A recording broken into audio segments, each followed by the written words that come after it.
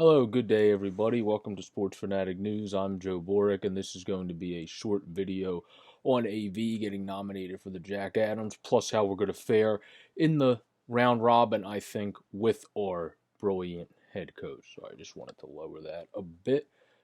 And he obviously came in. He's a guy that some people said, oh, maybe he wasn't the right choice. Maybe we should have got Quinville, who's also a great coach. Don't get me wrong. Maybe we should have got XXX, whoever the other people were, whoever you're talking about. So, but he's a guy like Jamie said, the great Jamie Basco over Flyers Nitty Gritty, that went from being a question mark to loved very quickly. Kind of similarly to in this town, how when he came over, Charlie Manuel was a big question mark, and then pretty quickly his style and the way he did things was liked in this town, even and that was even when the team still wasn't doing great in that aspect. Where for us, that was we knew we had the roster, we knew we had the guys. It was just about bringing in the right staff to get it going, and like Fletcher did, adding a couple good pieces, especially someone like Hayes, which is a big thing, bringing in that comfortability guy that really helped to bring AV's system in right away. But we hit the ground running right away. In Prague this year, we played great throughout the season.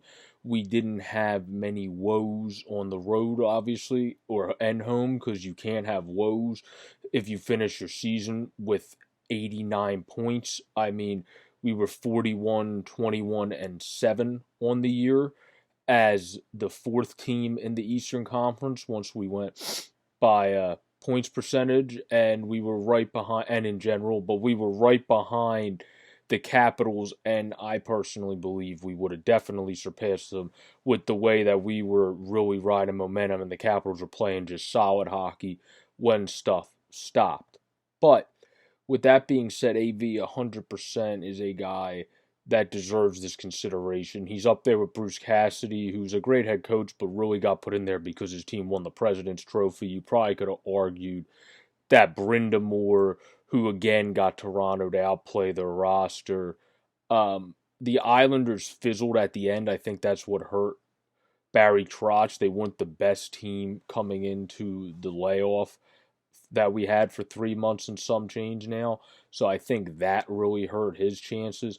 So I think by default they kind of just gave it to Cassidy because he won the President's Trophy. You also could have. Some people were saying Pittsburgh. You obviously had a lot of injuries. You could have threw Mike Sullivan in there, but I'm fine with Cassidy being in there with them. I don't think Bruce Cassidy's going to win because I think people are going to look at that roster and say he's a hell of a coach, but that roster's loaded in Boston. And they had other guys come up, and then they didn't even need them when people came back from injury. That's how loaded that roster is. So I get why he was there, but I think it was mostly for the President's Trophy. And then Torts Tortorella is AV's stiffest competition, in my opinion. You took a team that no one thought had any business getting the playoffs. Mike Rupp talked about it on NHL Network the other day.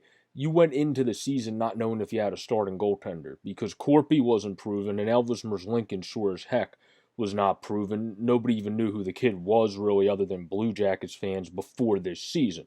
Then he went on and was amazing for you, which again is because of the great system Torch plays with his defense in front of him, allowing that to generate on the other end. So these guys even have some similar mindsets. That's his stiffest competition because nobody saw Columbus being in the postseason, I don't think, let alone being as solid of a team as they were, and if they just found some more consistency. But again, they outplayed their roster, and if Corpy didn't get injured, they would have probably been in a better spot than they are now. But then Corpy getting injured did help Merzlikins to emerge. So it's going to be interesting, his competition there, because Torch did amazing things in Columbus, but AV did all those same things here. He made everyone look better. You had Pitlick have his best season of his career under him. We got the best version of Jake Voracek. I always say Peter Laviolette got the best offensive version of Jake Voracek, where AV got the best overall encompassing version of Jake Voracek, which is what you want more so. And then you have Kevin Hayes, like I said, came in to introduce his system and play fantastic for us and up to his contract. You have G's continuing to do his thing, also playing very good defense this year as well and doing his thing. And then you obviously had TK take off under AV and have a fantastic year. And then we had Oscar take off, bless his heart, before he got sick, and now he's recovered and he's going to return next season. So that's very good to hear. But we had him take off under AV prior to going out for his cancer that he is now recovered from and was so glad for. And then, so you had all these guys get better. Myers got better and improved. You had Sanheim get better and improve. All of those things, I think, due to the fact that we were cruising, except for losing to Boston, but we outplayed Boston. Rask won them that game. We were cruising at the stoppage, where Columbus has not been cruising. Oh, they're at 33-22, their record, and have been in overtime 15 times. So being able to fight and niche and claw to that one extra point has really helped the Blue Jackets. But they're a team that Torch has got the most out of, but just because I don't think people saw us being where we were. They saw us as a potential playoff contender, but no one saw the Flyers competing for the top of the conference potentially. And we were potentially doing that. We were definitely competing for the top of the division. I believe we would have beat Washington if the season was able to continue to go on. I do not think Washington would have beat us, but that obviously was something we never will know now. But this kind of leads into the round robin because we are playing Boston first, then Washington, then Tampa. I said on the one podcast I would have rather played Tampa first because they were our hardest opponent to try to just get that big win first. But now I do see why it's actually better to play Boston first because we just lost them in our last game. We outplayed them in that game. Like I said, we outshot them. I believe we also had, no, we did have more time on possession. So we had all those pretty stats. It's just Tuukka Rask played like the Vezina Trophy candidate he is and was this past season. So that's really what won them that game. And we beat them otherwise. So that's a minor concern for me. But I personally believe Hart's going to play like a beast. That if we have to beat Boston 1-0, we can do that in the first round robin game. So I think that's a win for us. Then we have Washington.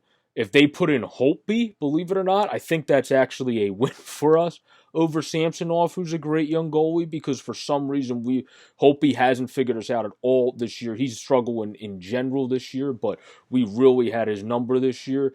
If they're smart, I think they will start Samsonov in that second game against us, but if they put in Holtby, I think we actually have a better chance to win, but either way, I still think we're going to beat Washington. We played them well this year. It's just, I think they give themselves actually a better chance going with their backup just because of how much we've had Holtby's number this year. So that makes us 2-0 going into the only team we struggled against, Tampa. Now, I put us at, in our last podcast we just did with Steel, Flyers, and with Pirlo Wisdom that you can check out coming out tomorrow.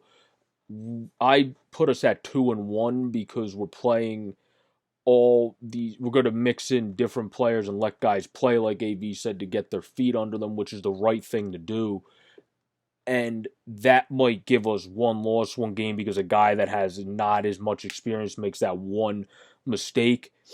And I just feel that team might be Tampa since we've struggled against them and haven't been able to put it all in it together and figure out Tampa yet.